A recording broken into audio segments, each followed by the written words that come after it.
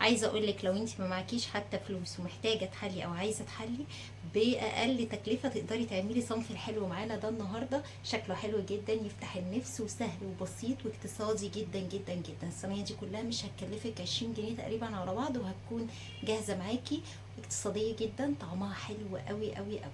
بينا نقطعها مع بعض ونشوف الطريقه والمقادير، بس اوعي تنسي تحطي لي اللايك والشير والمتابعه كمان. يلا بينا على الفيديو على طول.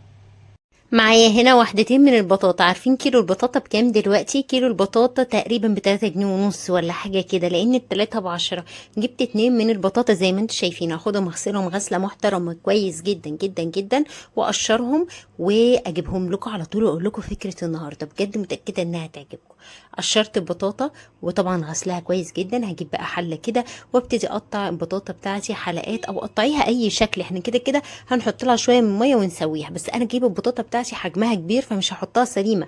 انا بحب اجيب البطاطا الكبيره دي، بتبقى بصي مخزنه سكر جواها، بتبقى مسكره جدا جدا جدا. هديها معلقتين بقى كده من السكر، وبتاع ربع كوبايه ميه، يعني اقل من نص كوبايه ميه، واروح حطاها رفعها على النار، وهدي النار عليها بمجرد ايه ما تبتدي تغلي. هروح رفعها على النار ومهديه النار، واسيبها تستوي مع بعضيها كده وتكرمل وتنزل كل سكرها وتستوي سوا كامل. بصي بمجرد ما غليت هغطي عليها وهدي النار لحد ما تستوي كويس جدا. عبال ما هي تستوي نحضر بقى ايه التسقيه الحلوه بتاعتها. خدت نص كوبايه من الحليب، وهكمل الكوبايه بعد كده، يعني المقدار كله كان كوبايه حليب، معلقه من السمنه البلدي. خلاص هحط سكر حسب الرغبه، انا اكتفيت بمعلقتين وظرف فانيليا، وهقلب كويس جدا جدا جدا.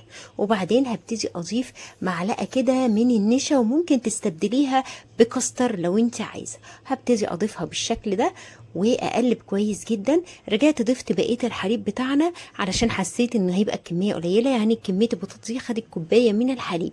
احسبي بقى انت التكلفه وشوفي. سويتها كويس جدا جدا جدا وبقت مهريه خالص. لا تهرسيها بالشوكه، لا بالهراسه، لا بالهاند بلندر اللي تحبيه. هضيف بس تيست الجوز هند كده قبل ما ابتدي اهرسها، لان هنا الجوز هند اللي معايا كان خشن قوي، فانا مش عايزاه يبقى ظاهر قوي تحت السنان واحنا بناكل، فهحطه قبل ما ابتدي اضرب بالهاند بلندر. وزي ما بقولك تقدري تهرسيها بالشوكه، بالهراسه، بالهاند بلندر اللي تحبيه. ههرسها وما خدتش وقت لانها مستويه ومهريه كده في التسويه بتاعتها. بصي بقت عامله ازاي، بيوريه ومهريه خالص كده، وشويه الميه اللي جواها دخلوا في قلبيها. يعني بصي عامله ازاي، بيوريه خالص خالص. هجيب بقى كوبايه الحليب اللي احنا عاملينها بالسكر والفانيليا والسمنه البلدي والنشا، وانزل بيها على البطاطا بتاعتنا. طب يا شيرين البطاطا دي قد ايه تقريبا؟ بصي هي البطاطا دي في حدود، يعني هقول ما كملتش الكيلو، يعني بطاطتين دول ما كملوش الكيلو. خلاص هبتدي اقلب وانزل بالحليب شويه بشويه. اللي كان مكلكع في الحليب ده يا جماعه السمنه البلدي جمدت. جمدت لان الحليب كان ساقع مطلعاه من التلاجة، والجو بقى فيه برد، فالسمنه جمدت شويه. لو عندك معلقه قشطه ضيفيها كمان، هتخلي الطعم تحفه تحفه. خلاص نزلت بقى بالحليب كامل اللي عليه النشا وكل حاجة، وهبتدي اقلب بقى الخليط بتاعي كويس جدا جدا جدا لحد ما يتجانس. كمية الحليب كانت متماثلة جدا او حلوة جدا مع كمية البطاطا. قلبي بقى كده لحد ما تحسي ان كلها بقت مهلبية في قلب بعضيها، وبس كده.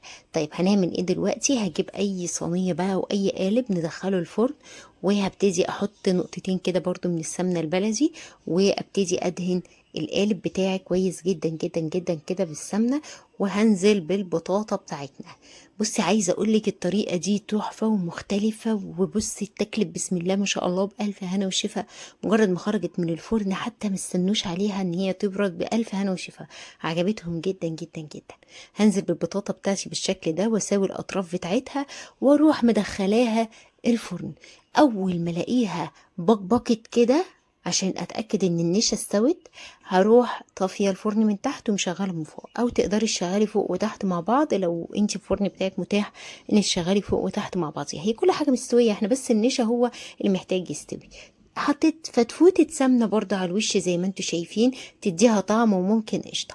دخلتها الفرن خرجت بالشكل الخطير قوي ده. زودي السطح عن كده لو انت حابة. خلاص هقطعها وهي سخنة. البطاطا تملي تتحب تتاكل وهي سخنة، لان هي بتدفي من الحاجات الشتوية الجميلة اللي بتدفي. طبعا لو انت حابة تسيبيها تبرد براحتك، حاجة ترجعلك. قطعي بقى البطاطا بتاعتك كده وبتطلع قطع لسه خارجه من الفرن سخنه جدا، بتطلع معاكي خرط بقى كده وبألف هنا والشفا. جنبيها بقى كوبايه شاي بلبن، تبقى خطيره خطيره بقى كده، تحفه. تدفي في ليالي الشتاء دي. انا متاكده ان الطريقه دي هتعجبكم جدا جدا جدا. طعمها يا جماعه كان خطير خطير غير اي بطاطا تانية، يعني لا ليها دعوه بالمشويه ولا مسلوقه ولا اللي بالبشاميل ولا اي نوع بطاطا تاني. بيوري وناعمة وطعمها حلو جدا. متأكدة انها تعجبكم لما انتوا تجربوها. هستنى ارائكم تحت الوصفة وكومنتاتكم الحلوة. قومي بقى لو عايزة تحلي 20 كده وهتحلي. اشوفكم على خير، فيديو جديد جربوها تحفة خطيرة. سلام.